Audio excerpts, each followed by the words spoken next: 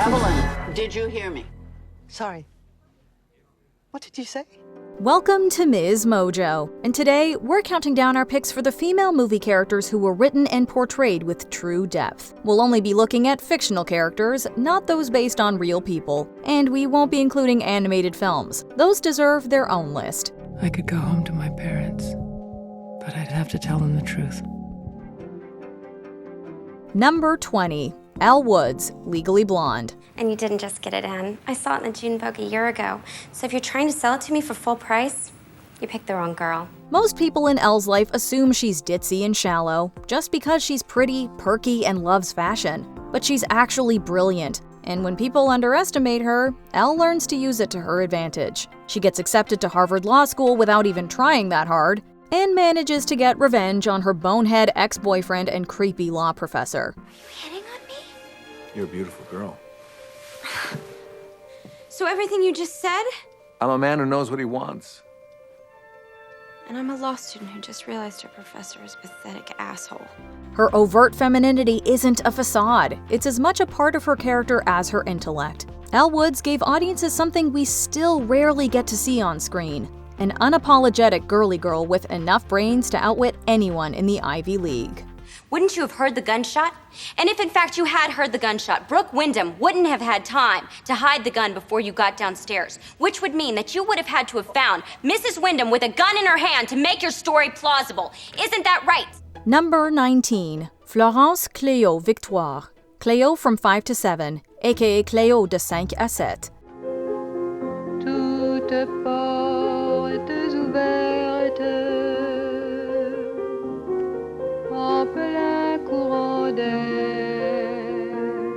You might think that a character can't have that much complexity when we only see a tiny snapshot of their life, but this French New Wave film will prove you wrong. Cléo from 5 to 7 follows a young singer in real time, as she wanders around Paris waiting for the results of a biopsy to determine whether she has cancer.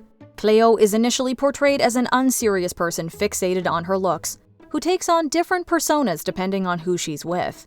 Décidément, le noir me va très bien. Mais tout de même, je préfère celui que j'ai vu en premier.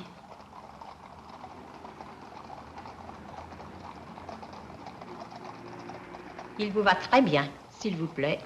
Et voilà, c'est celui-là. Bon. However, over the course of the film, she becomes introspective. She learns to recognize her own self-absorption and the fact that she's been performing a part rather than living authentically. It's a powerful journey that takes place in a mere 90 minutes. Oh, moi, j'aime pas lire les critiques.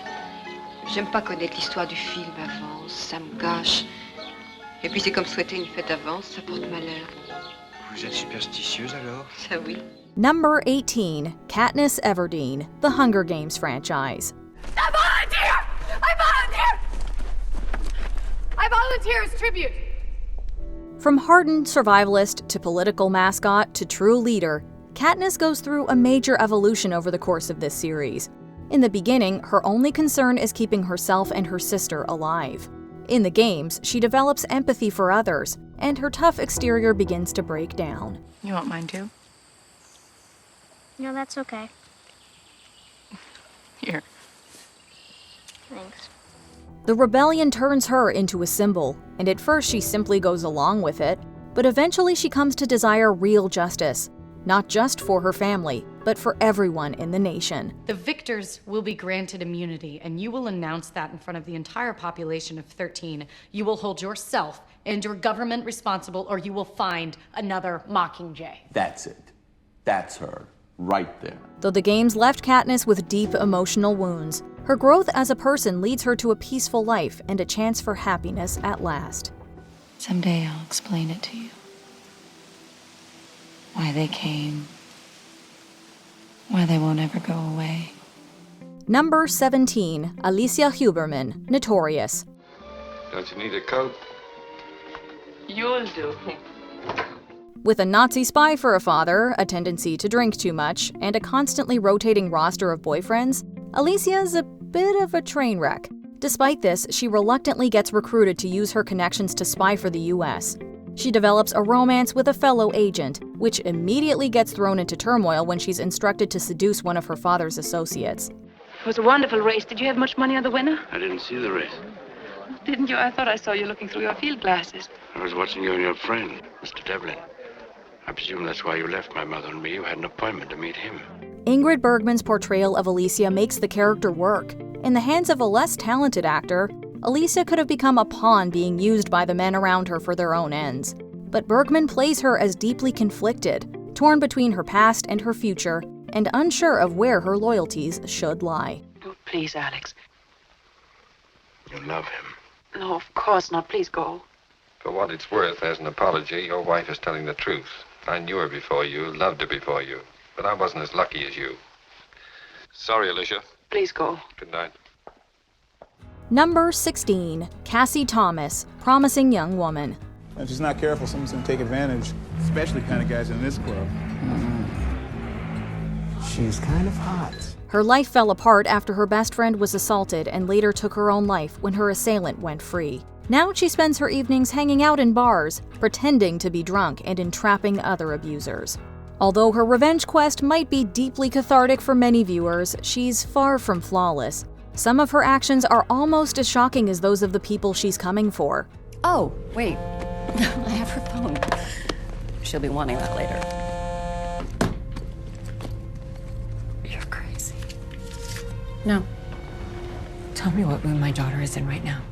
I told you the same room Nina was in. Cassie is a seductress, a vigilante, and a deeply wounded young woman, all hiding beneath the exterior of a fragile and vulnerable Mark. What do you want, money? You blackmailing me? I want you to tell me what you did. Are you talking about? What do you think I'm talking about? I didn't do anything. We were kids. If I hear that one more time. Number 15, Dr. Louise Banks, Arrival.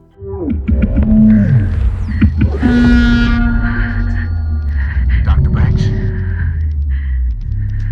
You can start. This gorgeous sci-fi from director Denis Villeneuve stars Amy Adams as a linguist who must learn to communicate with a newly arrived alien species. The film addresses deep themes about connection and human behavior, and it rests almost entirely on Adams' shoulders.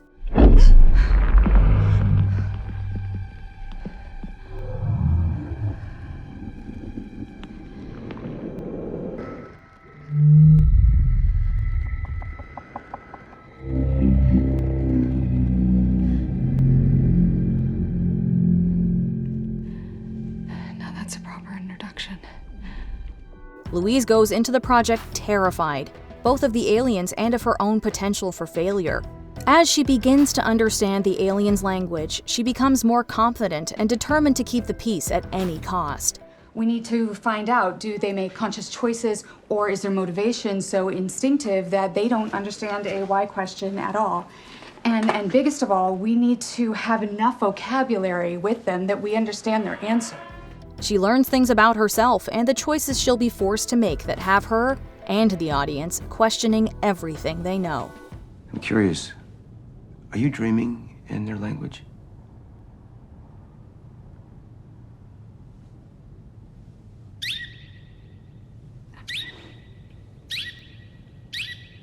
I mean, I've had a few dreams, but I don't think that makes me unfit to do this job. Number 14, Mildred Hayes, 3 billboards outside Ebbing, Missouri. Oh, no, just some of the guys on the team was giving me crap. Crap about what? About the billboards, Mildred. Which is what I've come to have a word with you about. Oh. Proceed. Frances McDormand won the Best Actress Oscar for her portrayal of Mildred, a woman determined to get justice for her murdered daughter. Although she's willing to do just about anything to force the police into action, she's also dealing with her own unresolved grief, anger, and guilt over the mistakes she made as a mother. Her relationship with her son, who is still very much alive, becomes strained over her obsession. Hey there. You know who threw that can? What can? How about you, sweetheart? You know who threw that can? Like most of the characters on our list, she's admirable in some ways and deeply flawed in others. And like any real human, she's a complicated mix of strengths and weaknesses. The more you keep a case in the public eye, the better your chances are getting it solved. It's in all the guidebooks, Charlie. How much these billboards cost? About the same as a tractor trailer. Number 13, Bri Talis, Atonement. If I fell in, would you save me? Of course.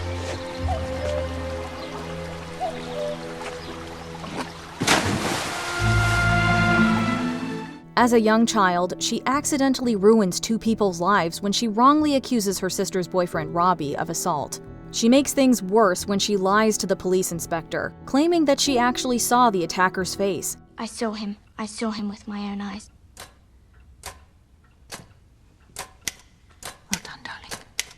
Robbie is sent to prison, and it isn't until years later, after he's been drafted into the Second World War, that Bryony realizes what she's done.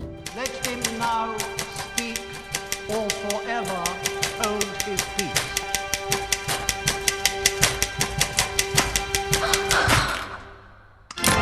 Was the accusation truly an innocent mistake, or was it motivated by jealousy and an immature desire to be a hero? That's the question Bryony will spend the rest of her life agonizing over. Did you think it then? Yes and no. And what's made you so certain now? Growing up. Growing up? I was 13. How old do you have to be to know the difference between right and wrong? Number 12, Nicole Barber, Marriage Story. You're being so much like your father. Do not compare me to my father. I didn't compare you to him. I said you were acting like him. You're exactly like your mother. Everything you're complaining about her, you're doing. There's a reason critics and audiences alike loved this movie. It's probably one of the most realistic portrayals of divorce ever put on screen. Nicole is torn between her feelings for Charlie and her need to reclaim her sense of self. She spent years putting his career and ambitions first, and he doesn't seem especially grateful. But she's not exactly perfect herself.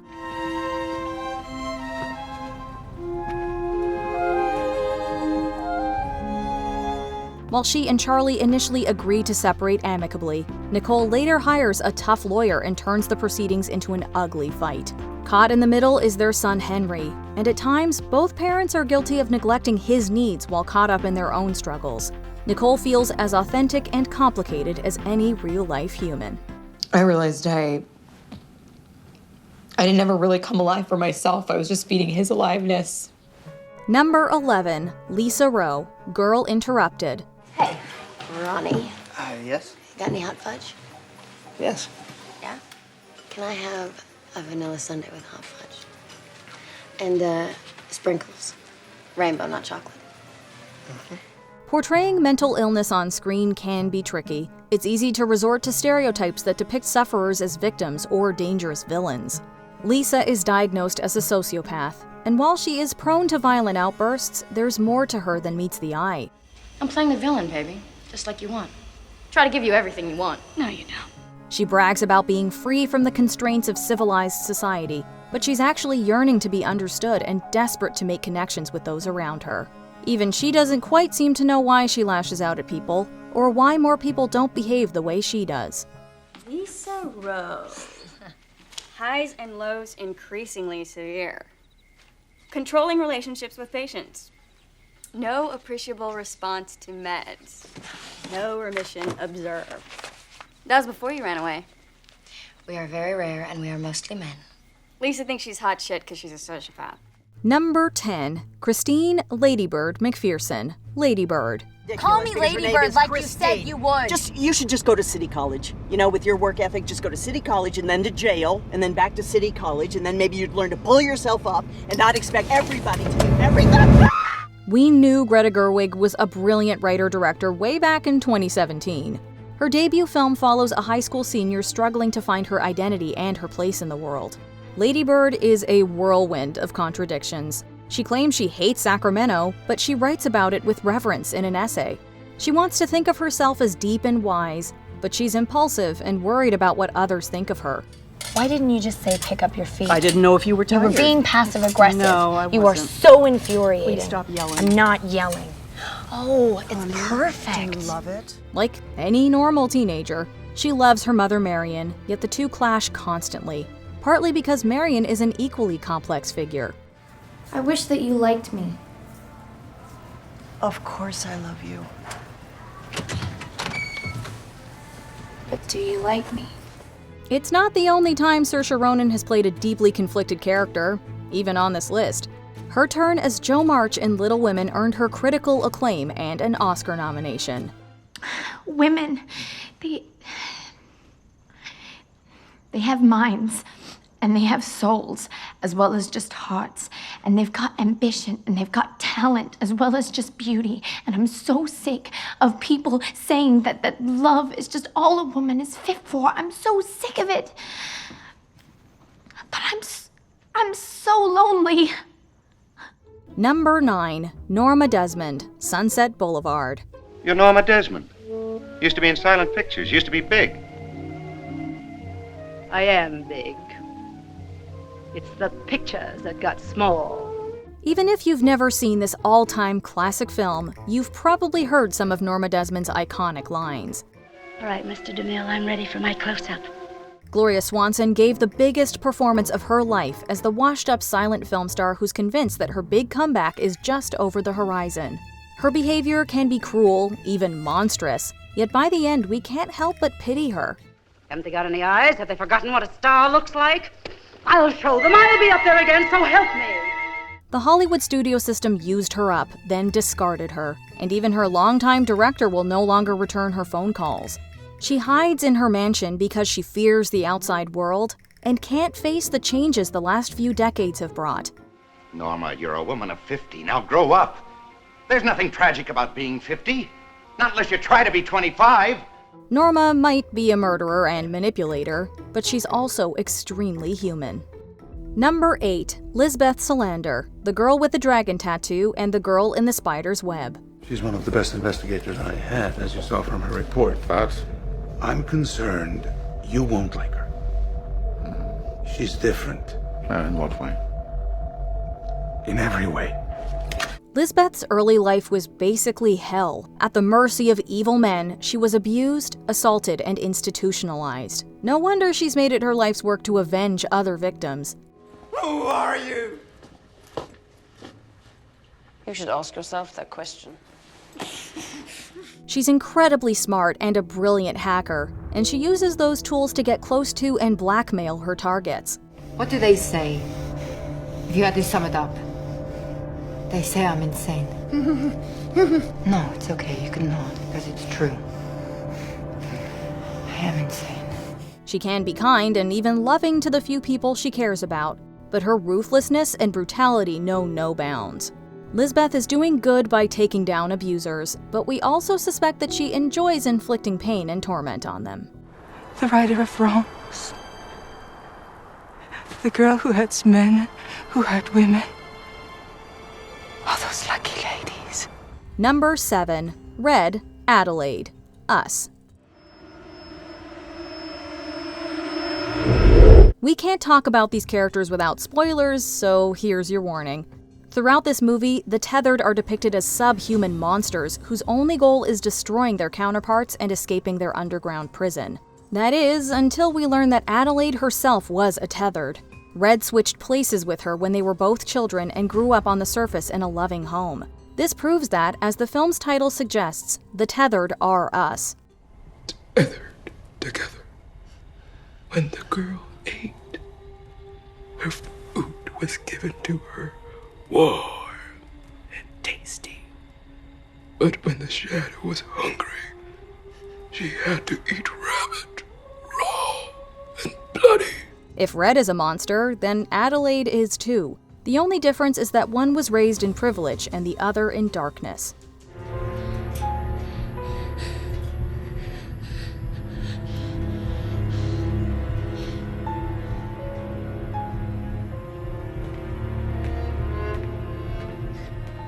Number 6, Marianne, Portrait of a Lady on Fire, aka Portrait de la jeune fille en feu. Cette fois-ci, je l'aime bien. Peut-être parce que je vous connais un peu mieux. Peut-être que j'ai changé aussi depuis. Peut-être, oui. Imagine finding the love of your life, but knowing the two of you can never be together. That's exactly what happens to Marianne and Eloise. The film takes place in France in the late 1700s, a society in which the women have next to no freedoms and their love is completely forbidden. Arrêtez. Quoi? Ce que vous faites. Even in her work as a professional artist, Marianne must navigate a male-dominated world that enforces limits on her ability to advance in her career. Her feelings for Eloise are complicated by the knowledge that Eloise will be married off to a rich man, and Marianne feels she has no right to ask her to resist that fate. The film is a heartbreaking portrait of love and grief in a hostile world.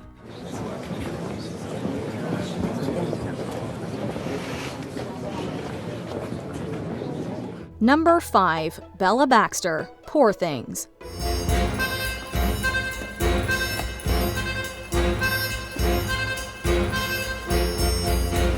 Bella actually starts out as a simple character. She has the body of an adult and the mind of a toddler, though she learns and matures very rapidly. This becomes a problem for her lover Duncan, who liked being able to control her. You're always reading now, Bella. You're losing some of your adorable way of speaking. I'm a changeable feast, as are all of we.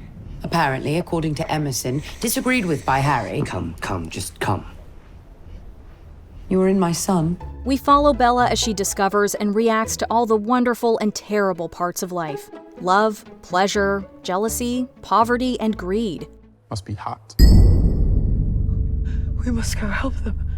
As she grows, she becomes strong-willed and independent, uninterested in conforming to society's demands. Her journey is one of the most profound and funniest ever put on film.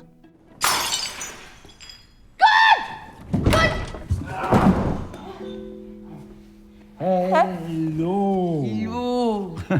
Bella, this is Mr. McCandles. Hello, Bella. Oh. Number 4. Oren Ishii, Kill Bill Volume 1. By 20, she was one of the top female assassins in the world. As a young child, she watched her parents get murdered in front of her by a Yakuza boss. That's bound to have lasting effects on a kid, but instead of grieving, Oren wanted revenge. She became an elite assassin by age 11, and by the time we meet her in Kill Bill, she has power over the entire Tokyo underworld. She's sensitive about her mixed heritage and has no problem brutally murdering anyone who questions her. As your leader, I encourage you from time to time, and always in a respectful manner, to question my logic. If you're unconvinced a particular plan of action I've decided is the wisest, tell me so. But allow me to convince you, and I promise you right here and now, no subject will ever be taboo. Except, of course, the subject that was just under discussion. We can only guess at what's going through her head at any given moment. The bride is another fascinating character. We never learn much about her backstory. We don't even find out her real name until Volume 2. But she's just as vicious and hell-bent on revenge as Oren. You may not be able to fight like a samurai, but you can at least die like a samurai. Number 3. Ada McGrath, The Piano. No, just the trucks and boxes. I explain. Laying up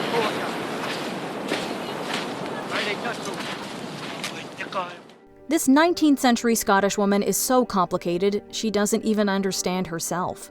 The motivations behind many of her actions remain a mystery throughout the film. Ada hasn't spoken aloud since she was a young child, and no one, including Ada, can explain why.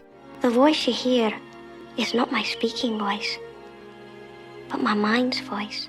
She also has a daughter, and we never learn who the father is. At the beginning of The Piano, Ada is married off to a wealthy colonizer in New Zealand, but she begins a passionate affair with a local man. The film seems to explore the process of learning to truly know another person, or yourself, through communication that runs deeper than language. At night, I think of my piano and its ocean grave. And sometimes of myself, floating above it. Number 2. Evelyn Wong, Everything Everywhere All at Once.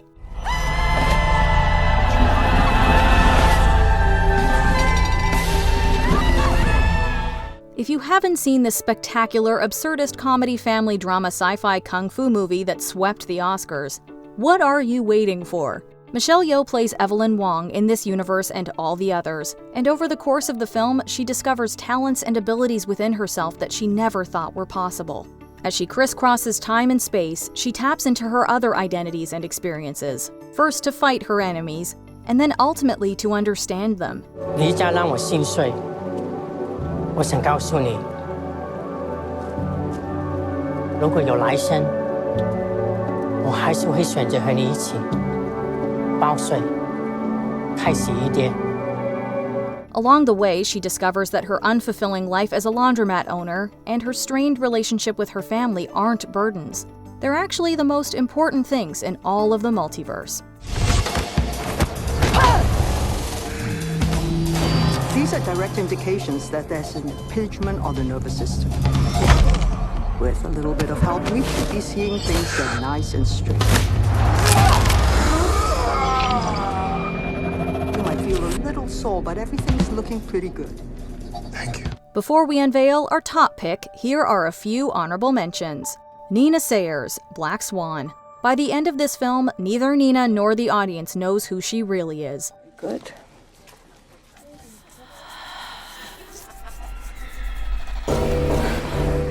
Face front. We're almost done. Dorothy Fields, 20th Century Women. She struggles to balance competing roles as mother, friend, and independent woman. Do you think you're happy? Like, as happy as you thought you'd be when you were my age? Seriously? You don't ask people questions like that. You're my mom. Especially your mom. Annie Wilkes, Misery.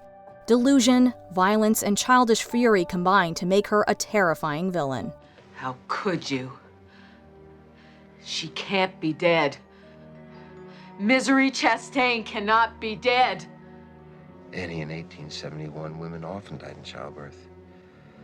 But her spirit is the important thing, and Misery's spirit is still alive. I don't want her dead! I want her! And you murdered her! Before we continue, be sure to subscribe to our channel and ring the bell to get notified about our latest videos.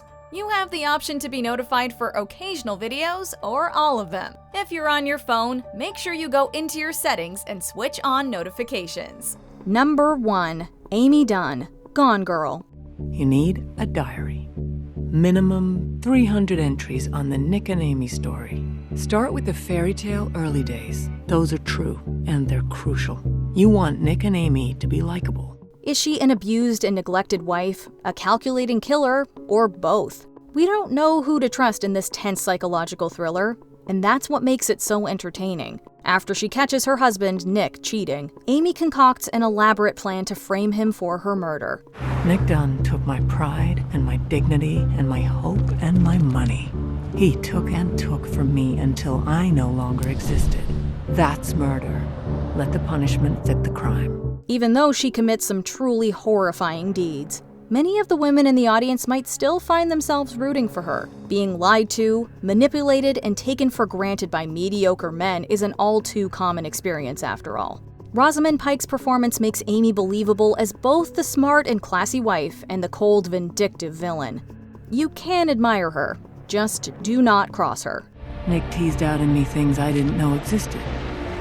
A lightness, a humor, an ease. But I made him smarter, sharper.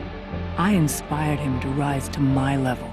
Which of these complex female characters do you find the most fascinating? Let us know in the comments below. You mustn't give your heart to a wild thing. The more you do, the stronger they get, until they're strong enough to run into the woods or fly into a tree, and then to a higher tree, and then to the sky.